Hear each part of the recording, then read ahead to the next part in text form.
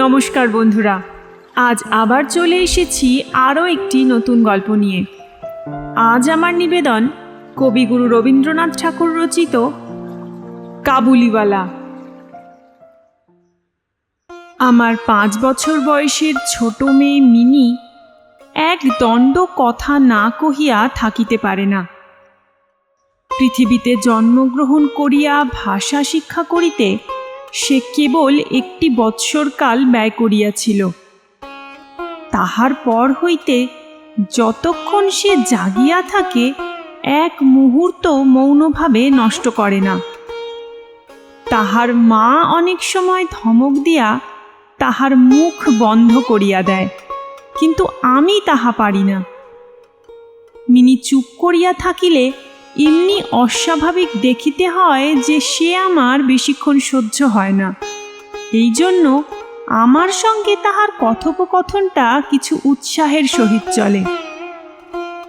সকালবেলায় আমার নভেলের ৭৫ পরিচ্ছেদে হাত দিয়াছি, এমন সময় মিনি আসিয়াই আরম্ভ করিয়া দিল, বাবা, রামদয়াল দারোয়ান কাককে কৌয়া বলছিল, সে কিচ্ছু জানে না। না, আমি পৃথিবীতে ভাষার বিভিন্নতা সম্বন্ধে তাহাকে জ্ঞানদান করিতে প্রবৃত্ত হওয়ার পূর্বেই সে দ্বিতীয় প্রসঙ্গে উপনীত হইল।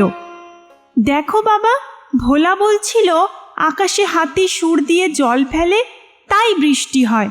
মা গো, ভোলা এত মিছিমিছি বকতে পারে, কেবলই বকে, দিন রাত বকে। এ সম্বন্ধে আমার মতামতের জন্য কিছুমাত্র অপেক্ষা না করিয়া হঠাৎ জিজ্ঞাসা করিয়া বসিল, বাবা, মা তোমার কে হয়? মনে মনে কহিলাম শ্যালিকা, মুখে কহিলাম, মিনি, তুই ভোলার সঙ্গে খেলা করগে যা, আমার এখন কাজ আছে। সে তখন আমার লিখিবার টেবিলের পার্শ্বে আমার পায়ের কাছে বসিয়া নিজের 2 হাঁটু এবং হাত লইয়া অতি দ্রুত উচ্চারণে আগডুম বাগডুম খেলিতে আরম্ভ করিয়া দিল। আমার ৭৫ পরিচ্ছেদে প্রতাপ সিংহ তখন কাঞ্চনমালাকে লইয়া অন্ধকার রাত্রে কারাগারের উচ্চ বাতায়ন হইতে নিম্নবর্তী নদীর জলে ঝাঁপ দিয়া পড়িতেছেন। আমার ঘর পথের ধারে। হঠাৎ মিনি আগডুম বাগডুম খেলা রাখিয়া জানালার ধারে ছুটিয়া গেল এবং চিৎকার করিয়া ডাকিতে লাগিল, কাবুলিওয়ালা, ও কাবুলিওয়ালা! ময়লা ঢিলা কাপড় পরা, পাগড়ি মাথায়, ঝুলি ঘাড়ে, হাতে গোটা 2-4 আঙুরের বাক্স। এক লম্বা কাবুলিওয়ালা মৃদুমন্দ গমনে পথ দিয়া যাইতেছিল। তাহাকে দেখিয়া আমার কন্যারত্নের কিরূপ ভাবোদয় হইল বলা শক্ত। তাহাকে ঊর্ধ্বশ্বাসে ডাকাডাকি আরম্ভ করিয়া দিল। আমি ভাবিলাম এখনই ঝুলি ঘাড়ে একটা আপদ আসিয়া উপস্থিত হইবে, আমার ৭৫ পরিচ্ছেদ আর শেষ হইবে না। কিন্তু মিনির চিৎকারে যেমনি কাবুলিওয়ালা হাসিয়া মুখ ফিরাইল এবং আমাদের বাড়ির দিকে আসিতে লাগিল, অমনি সে ঊর্ধ্বশ্বাসে অন্তঃপুরে দৌড় দিল। তাহার আর চিহ্ন দেখিতে পাওয়া গেল না। তাহার মনের মধ্যে একটা অন্ধ বিশ্বাসের মতো ছিল যে ওই ঝুলিটার ভিতর সন্ধান করিলে তাহার মতো 2-4টে জীবিত মানব সন্তান পাওয়া যাইতে পারে। এদিকে কাবুলিওয়ালা আসিয়া সহাস্যে আমাকে সেলাম করিয়া দাঁড়াইল। আমি ভাবিলাম, যদিচ প্রতাপ সিংহ এবং কাঞ্চনমালার অবস্থা অত্যন্ত সংকটাপন্ন, তথাপি লোকটাকে ঘরে ডাকিয়া আনিয়া তাহার কাছ হইতে কিছু না কেনাটা ভালো হয় না। কিছু কেনা গেল।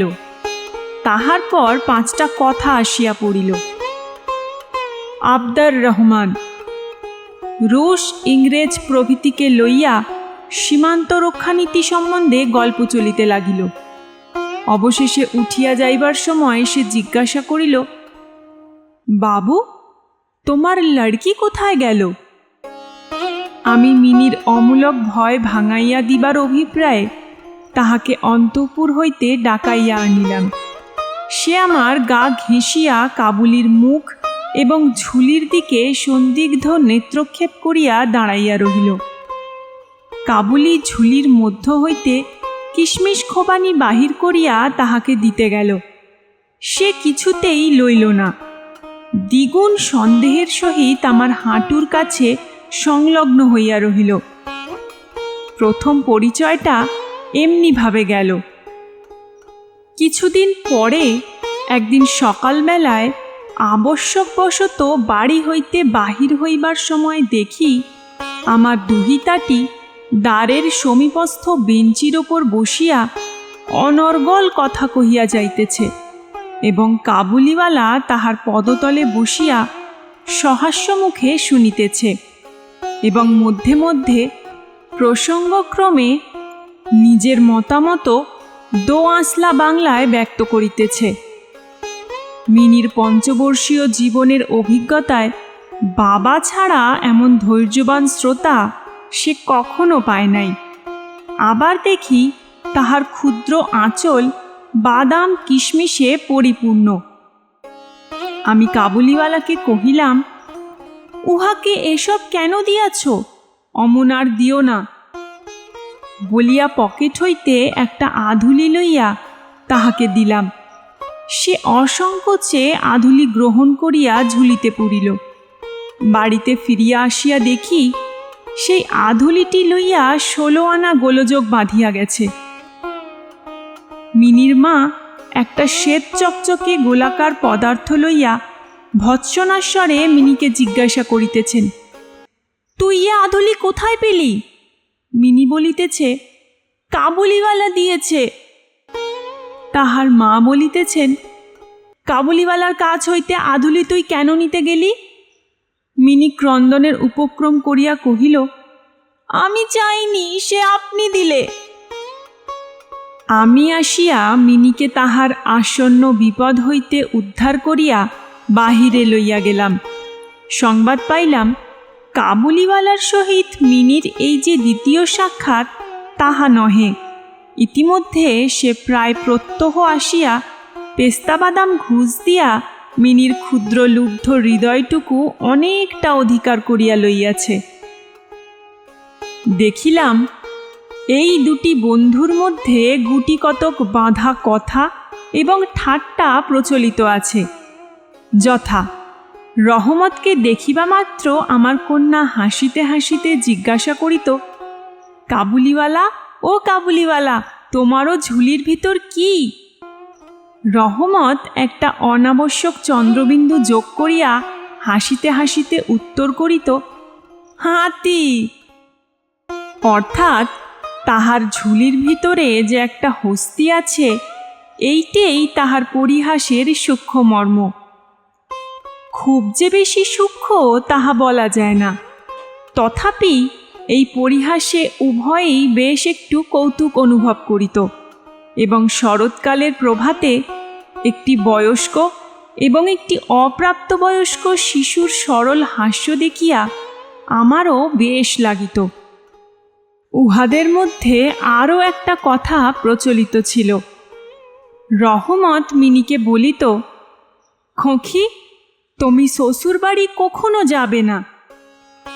বাঙালির ঘরের মেয়ে আজন্মকাল শ্বশুরবাড়ি শব্দটার সহিত পরিচিত, কিন্তু আমরা কিছু একেলে ধরনের লোক হওয়াতে শিশু মেয়েকে শ্বশুরবাড়ি সম্বন্ধে সজ্ঞান করিয়া তোলা হয় নাই। এই জন্য রহমতের অনুরোধটা সে পরিষ্কার বুঝিতে পারিত না, অথচ কথাটার একটা কোনো জবাব না দিয়া চুপ করিয়া থাকা নিতান্ত তাহার স্বভাব বিরুদ্ধ। সে উল্টিয়া জিজ্ঞাসা করিত, তুমি শ্বশুরবাড়ি যাবে? রহমত কাল্পনিক শ্বশুরের প্রতি প্রকাণ্ড মোটা মুষ্টি আস্ফালন করিয়া বলিত, হামি শ্বশুরকে মারবে। শুনিয়া মিনি শ্বশুর নামক কোনো এক অপরিচিত জীবের দুরবস্থা কল্পনা করিয়া অত্যন্ত হাসিত। এখন শুভ্র শরৎকাল। প্রাচীনকালে এই সময়েই রাজারা দিগ্বিজয়ে বাহির হইতেন। আমি কলকাতা ছাড়িয়া কখনো কোথাও যাই নাই। কিন্তু সেই জন্যই আমার মনটা পৃথিবীময় ঘুরিয়া বেড়ায়। আমি যেন আমার ঘরের কোণে চিরপ্রবাসী। বাহিরের পৃথিবীর জন্য আমার সর্বদা মন কেমন করে। একটা বিদেশের নাম শুনিলেই অমনি আমার চিত্ত ছুটিয়া যায়। তেমনি বিদেশি লোক দেখিলেই অমনি নদী, পর্বত, অরণ্যের মধ্যে একটা কুটিরের দৃশ্য মনে উদয় হয় এবং একটা উল্লাসপূর্ণ স্বাধীন জীবনযাত্রার কথা কল্পনায় জাগিয়া উঠে। এদিকে আবার আমি এমনি উদ্ভিজ্জ প্রকৃতি যে আমার কোনটুকু ছাড়িয়া একবার বাহির হইতে গেলে মাথায় বজ্রাঘাত হয়। এই জন্য সকালবেলায় আমার ছোট ঘরে টেবিলের সামনে বসিয়া এই কাবুলির সঙ্গে গল্প করিয়া আমার অনেকটা ভ্রমণের কাজ হইত। দুই ধারে বন্ধুর দুর্গম দগ্ধ রক্তবর্ণ উচ্চ গিরিশ্রেণী, মধ্যে সংকীর্ণ মরুপথ। বোঝাই করা উষ্ট্রের শ্রেণী চলিয়াছে। পাগড়ি পরা বণিক ও পথিকেরা কেহ বা উষ্ট্রের পরে, কেহ বা পদব্রজে, কাহারো হাতে বর্ষা, কাহারো হাতে সেকেলে চকমকি ঠোকা বন্দুক। কাবুলি মেঘমন্দ্রস্বরে ভাঙা বাংলায় স্বদেশের গল্প করিত, আর এই ছবি আমার চোখের সম্মুখ দিয়া চলিয়া যাইত। মিনির মা অত্যন্ত শঙ্কিত স্বভাবের লোক। রাস্তায় একটা শব্দ শুনিলেই তাহার মনে হয় পৃথিবীর সমস্ত মাতাল আমাদের বাড়িটাই বিশেষ লক্ষ্য করিয়া ছুটিয়া আসিতেছে। এই পৃথিবীটা যে সর্বত্রই চোর ডাকাত, মাতাল, সাপ, বাঘ, ম্যালেরিয়া, শুঁয়াপোকা, আরশোলা এবং গোরার দ্বারা পরিপূর্ণ, এতদিন পৃথিবীতে বাস করিয়াও সে বিভীষিকা তাহার মন হইতে দূর হইয়া যায় নাই। রহমত কাবুলিওয়ালা সম্বন্ধে তিনি সম্পূর্ণ নিঃসংশয় ছিলেন না। তাহার প্রতি বিশেষ দৃষ্টি রাখিবার জন্য তিনি আমাকে বারবার অনুরোধ করিয়াছিলেন। আমি তাহার সন্দেহ হাসিয়া উড়াইয়া দিবার চেষ্টা করিলে তিনি পর্যায়ক্রমে আমাকে গুটিকতক প্রশ্ন করিলেন। কখনো কি কাহারও ছেলে চুরি যায় না? কাবুল দেশে কি দাস ব্যবসা প্রচলিত নাই? একজন প্রকাণ্ড কাবুলির পক্ষে একটি ছোট ছেলে চুরি করিয়া লইয়া যাওয়া একেবারেই কি অসম্ভব? আমাকে মানিতে হইল ব্যাপারটা যে অসম্ভব তাহা নহে, কিন্তু অবিশ্বাস্য। বিশ্বাস করিবার শক্তি সকলের সমান নহে। এই জন্য আমার স্ত্রীর মনে ভয় রহিয়া গেল। কিন্তু তাই বলিয়া বিনা দোষে রহমতকে আমাদের বাড়িতে আসিতে নিষেধ করিতে পারিলাম না। প্রতি বৎসর মাঘ মাসের মাঝামাঝি রহমত দেশে চলিয়া যায়। এই সময়টা সমস্ত পাওনার টাকা আদায় করিবার জন্য সে বড় ব্যস্ত থাকে। বাড়ি বাড়ি ফিরিতে হয়, কিন্তু তবু একবার মিনিকে দর্শন দিয়া যায়। দেখিলে বাস্তবিক মনে হয় উভয়ের মধ্যে যেন একটা ষড়যন্ত্র চলিতেছে। সকালে যেদিন আসিতে পারে না, সেদিন দেখি সন্ধ্যার সময় আসিয়াছে। অন্ধকারে ঘরের কোণে সেই ঢিলে ঢালা জামা পায়জামা পরা সেই ঝোলাঝুলিওয়ালা লম্বা লোকটাকে দেখিলে বাস্তবিক হঠাৎ মনের ভিতরে একটা আশঙ্কা উপস্থিত হয়। কিন্তু যখন দেখি মিনি কাবুলিওয়ালা ও কাবুলিওয়ালা করিয়া হাসিতে হাসিতে ছুটিয়া আসে এবং দুই অসমবয়সী বন্ধুর মধ্যে পুরাতন সরল পরিহাস চলিতে থাকে, তখন সমস্ত হৃদয় প্রসন্ন হইয়া ওঠে। একদিন সকালে আমার ছোট ঘরে বসিয়া প্রুফশিট সংশোধন করিতেছি। বিদায় লইবার পূর্বে আজ দিন 2-3 হইতে শীতটা খুব কনকনে হইয়া উঠিয়াছে। চারিদিকে একেবারে হিহিকার পড়িয়া গেছে। জানালা ভেদ করিয়া সকালের রৌদ্রটি টেবিলের নিচে আমার পায়ের উপর আসিয়া পড়িয়াছে। সেই উত্তাপটুকু বেশ মধুর বোধ হইতেছে। বেলা বোধ করি 8টা হইবে। মাথায় গলবন্ধ জড়ানো উষাচরগণ প্রাতভ্রমণ সমাধা করিয়া প্রায় সকলে ঘরে ফিরিয়া আসিয়াছে। এমন সময় রাস্তায় ভারী একটা গোল শোনা গেল। চাহিয়া দেখি আমাদের রহমতকে দুই পাহারাওয়ালা বাঁধিয়া লইয়া আসিতেছে। তাহার পশ্চাতে কৌতূহলী ছেলের দল চলিয়াছে। রহমতের গাত্রবস্ত্রে রক্তচিহ্ন এবং একজন পাহারাওয়ালার হাতে রক্তাক্ত ছোরা। আমি দ্বারের বাহিরে গিয়া পাহারাওয়ালাকে দাঁড় করাইলাম। জিজ্ঞাসা করিলাম, ব্যাপারটা কি?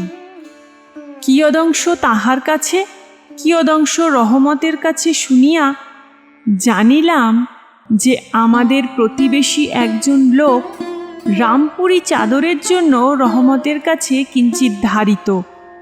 মিথ্যাপূর্বক সেই দেনা সে অস্বীকার করে এবং তাহাই লইয়া বচসা করিতে করিতে রহমত তাহাকে এক ছুরি বসাইয়া দিয়াছে। রহমত সেই মিথ্যাবাদীর উদ্দেশ্যে নানারূপ অশ্রাব্য গালি দিতেছে। এমন সময় কাবুলিওয়ালা, ও কাবুলিওয়ালা করিয়া ডাকিতে ডাকিতে মিনি ঘর হইতে বাহির হইয়া আসিল। রহমতের মুখ মুহূর্তের মধ্যে কৌতুকহাস্যে প্রফুল্ল হইয়া উঠিল। তাহার স্কন্ধে আর ঝুলি ছিল না, সুতরাং ঝুলি সম্বন্ধে তাহাদের অভ্যস্ত আলোচনা হইতে পারিল না। মিনি একেবারেই তাহাকে জিজ্ঞাসা করিল, তুমি শ্বশুরবাড়ি যাবে? রহমত হাসিয়া কহিল, সেখানেই যাচ্ছে। দেখিল উত্তরটা মিনির হাস্যজনক হইল না। তখন হাত দেখাইয়া বলিল, শ্বশুরাকে মারিতাম, কিন্তু কি করিব, হাত বাঁধা। সাংঘাতিক আঘাত করার অপরাধে কয়েক বৎসর রহমতের কারাদণ্ড হইল। তাহার কথা এক প্রকার ভুলিয়া গেলাম। আমরা যখন ঘরে বসিয়া চিরাভ্যস্ত মতো নিত্য কাজের মধ্যে দিনের পর দিন কাটাইতাম, তখন একজন স্বাধীন পর্বতচারী পুরুষ কারাপ্রাচীরের মধ্যে যে কেমন করিয়া বর্ষযাপন করিতেছে তাহা আমাদের মনেও উদয় হইত না। আর চঞ্চল হৃদয়া মিনির আচরণ যে অত্যন্ত লজ্জাজনক তাহা তাহার বাপকেও স্বীকার করিতে হয়। সে স্বচ্ছন্দে তাহার পুরাতন বন্ধুকে বিস্মৃত হইয়া প্রথমে নবী সহিসের সহিত সখ্য স্থাপন করিল। পরে ক্রমে যত তাহার বয়স বাড়িয়া উঠিতে লাগিল, ততই সখার পরিবর্তে একটি একটি করিয়া সখী জুটিতে লাগিল। এমনকি এখন তাহার বাবার লিখিবার ঘরেও তাহাকে আর দেখিতে পাওয়া যায় না। আমি তো তাহার সহিত এক প্রকার আড়ি করিয়াছি। কত বৎসর কাটিয়া গেল, আর একটি শরৎকাল আসিয়াছে। আমার মিনির বিবাহের সম্বন্ধ স্থির হইয়াছে। পূজার ছুটির মধ্যেই তাহার বিবাহ হইবে। কৈলাসবাসিনীর সঙ্গে সঙ্গে আমার ঘরের আনন্দময়ী পিতৃভবন অন্ধকার করিয়া পতিগৃহে যাত্রা করিবে। প্রভাতটি অতি সুন্দর হইয়া উদয় হইয়াছে। বর্ষার পরে এই শরতের নূতন ধৌত রৌদ্র যেন সোহাগায় গলানো নির্মল সোনার মতো রং ধরিয়াছে।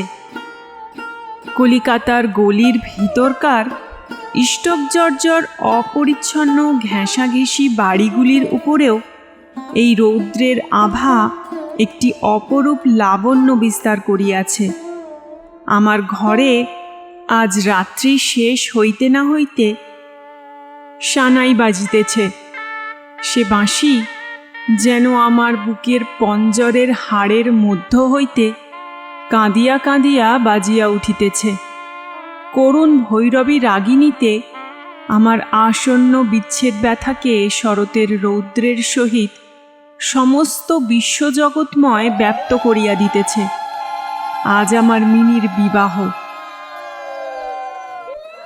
সকাল হইতে ভারী গোলমাল, লোকজনের আনাগোনা, উঠানে বাঁশ বাঁধিয়া পাল খাটানো হইতেছে। বাড়ির ঘরে ঘরে এবং বারান্দায় ঝাড় টাঙাইবার ঠুংঠাং শব্দ উঠিতেছে। হাঁক ডাকের সীমা নাই। আমি আমার লিখিবার ঘরে বসিয়া হিসাব দেখিতেছি। এমন সময় রহমত আসিয়া সেলাম করিয়া দাঁড়াইল। আমি প্রথমে তাহাকে চিনিতে পারিলাম না। তাহার সে ঝুলি নাই, তাহার সে লম্বা চুল নাই, তাহার শরীরে পূর্বের মতো সে তেজ নাই। অবশেষে তাহার হাসি দেখিয়া তাহাকে চিনিলাম। কহিলাম, কিরে রহমত, কবে আসিলি? সে কহিল, কাল সন্ধ্যাবেলা জেল হইতে খালাস পাইয়াছি। কথাটা শুনিয়া কেমন কানে খট করিয়া উঠিল। কোনো খুনিকে কখনো প্রত্যক্ষ দেখি নাই। ইহাকে দেখিয়া সমস্ত অন্তঃকরণ যেন সংকুচিত হইয়া গেল। আমার ইচ্ছা করিতে লাগিল, আজিকার এই শুভ দিনে এই লোকটা এখান হইতে গেলেই ভালো হয়। আমি তাহাকে কহিলাম, আজ আমাদের বাড়িতে একটা কাজ আছে, আমি কিছু ব্যস্ত আছি, তুমি আজ যাও। কথাটা শুনিয়াই সে তৎক্ষণাৎ চলিয়া যাইতে উদ্যত হইল। অবশেষে দরজার কাছে গিয়া একটু ইতস্তত করিয়া কহিল, খোঁখিকে একবার দেখিতে পাইব না? তাহার মনে বুঝি বিশ্বাস ছিল মিনি সেইভাবেই আছে। সে যেন মনে করিয়াছিল মিনি আবার সেই পূর্বের মতো কাবুলিওয়ালা, ও কাবুলিওয়ালা করিয়া ছুটিয়া আসিবে। তাহাদের সেই অত্যন্ত কৌতুকাবহ পুরাতন হাস্যালাপের কোনরূপ ব্যত্যয় হইবে না। এমনকি পূর্ব বন্ধুত্ব স্মরণ করিয়া সে এক বাক্স আঙুর এবং কাগজের মোড়কে কিঞ্চিৎ কিশমিশ বাদাম বোধ করেই কোনো স্বদেশীয় বন্ধুর নিকট হইতে চাহিয়া চিন্তিয়া সংগ্রহ করিয়া আনিয়াছিল। তাহার সে নিজের ঝুলিটি আর ছিল না। আমি কহিলাম, আজ বাড়িতে কাজ আছে, আজ আর কাহারও সহিত দেখা হইতে পারিবে না। সে যেন কিছু ক্ষুণ্ণ হইল। স্তব্ধভাবে দাঁড়াইয়া একবার স্থির দৃষ্টিতে আমার মুখের দিকে চাহিল। তারপরে বাবু সেলাম বলিয়া দ্বারের বাহির হইয়া গেল। আমার মনে কেমন একটু ব্যথা বোধ হইল। মনে করিতেছি তাহাকে ফিরিয়া ডাকিব। এমন সময় দেখি সে আপনি ফিরিয়া আসিতেছে। কাছে আসিয়া কহিল, এই আঙুর এবং কিঞ্চিৎ কিশমিশ বাদাম খোঁখির জন্য আনিয়াছিলাম, তাহাকে দিবেন।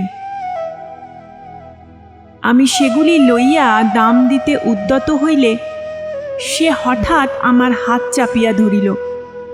কহিল, আপনার বহুত দয়া, আমার চিরকাল স্মরণ থাকিবে, আমাকে পয়সা দিবেন না। বাবু, তোমার যেমন একটি লড়কি আছে, তেমনি দেশে আমারও একটি লড়কি আছে। আমি তাহারই মুখখানি স্মরণ করিয়া তোমার খোঁখির জন্য কিছু কিছু মেওয়া হাতে লইয়া আসি। আমি তো সওদা করিতে আসি না। এই বলিয়া সে আপনার মস্ত ঢিলা জামাটার ভিতর হাত চালাইয়া দিয়া বুকের কাছে কোথা হইতে এক টুকরা ময়লা কাগজ বাহির করিল। বহু সযত্নে ভাঁজ খুলিয়া দুই হস্তে আমার টেবিলের উপর মেলিয়া ধরিল। দেখিলাম কাগজের উপর একটি ছোট হাতের ছাপ। ফটোগ্রাফ নহে, তেলের ছবি নহে। হাতে খানিকটা ভূষা মাখাইয়া কাগজের উপরে তাহার চিহ্ন ধরিয়া লইয়াছে। কন্যার এই স্মরণ চিহ্নটুকু বুকের কাছে লইয়া রহমত প্রতি বৎসর কলকাতার রাস্তায় মেওয়া বেচিতে আসে। যেন সেই সুকোমল ক্ষুদ্র শিশু হস্তটুকুর স্পর্শখানি তাহার বিরাট বিরহী বক্ষের মধ্যে সুধা সঞ্চয় করিয়া রাখে। দেখিয়া আমার চোখ ছলছল করিয়া আসিল। তখন সে যে একজন কাবুলি মেওয়াওয়ালা আর আমি যে একজন বাঙালি সম্ভ্রান্ত বংশীয় তাহা ভুলিয়া গেলাম। তখন বুঝিতে পারিলাম সেও যে, আমিও সে, সেও পিতা, আমিও পিতা। তাহার পর্বত গৃহবাসিনী ক্ষুদ্র পার্বতীর সেই হস্তচিহ্ন আমারই মিনিকে স্মরণ করাইয়া দিল। আমি তৎক্ষণাৎ তাহাকে অন্তঃপুর হইতে ডাকাইয়া পাঠাইলাম। অন্তঃপুরে ইহাতে অনেক আপত্তি উঠিয়াছিল, কিন্তু আমি কিছুতে কর্ণপাত করিলাম না।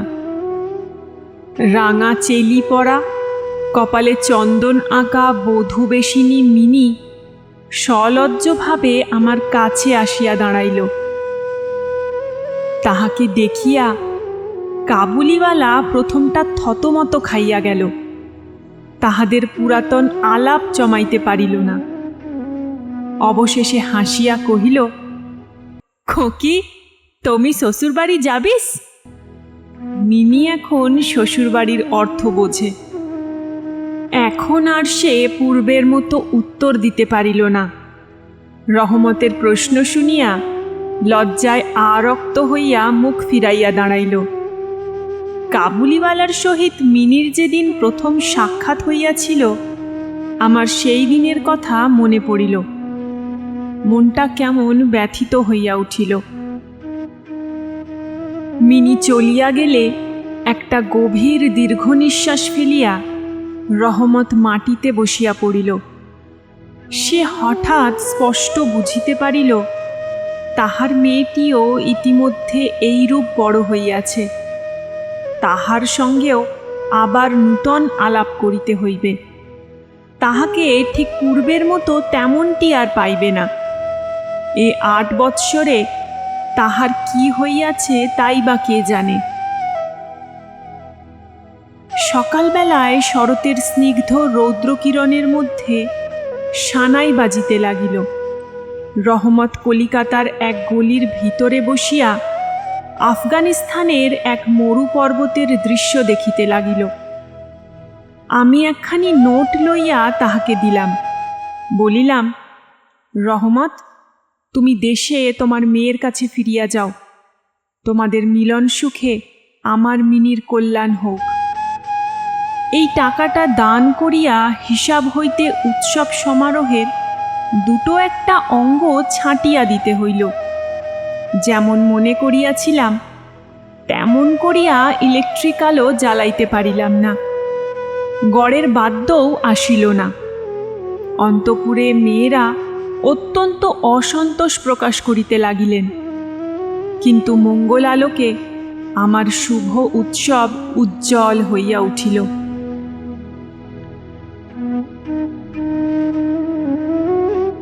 আজকের গল্প এখানেই শেষ। আশা করি গল্পটি আপনাদের ভালো লাগবে। আপনারা আপনাদের পছন্দের গল্পের নাম আমাকে কমেন্ট সেকশনে জানাতে পারেন। আমি চেষ্টা করব সেই গল্পগুলি পাঠ করার। ফিরে আসব আরও একটি নতুন গল্প নিয়ে। ভালো থাকবেন। নমস্কার।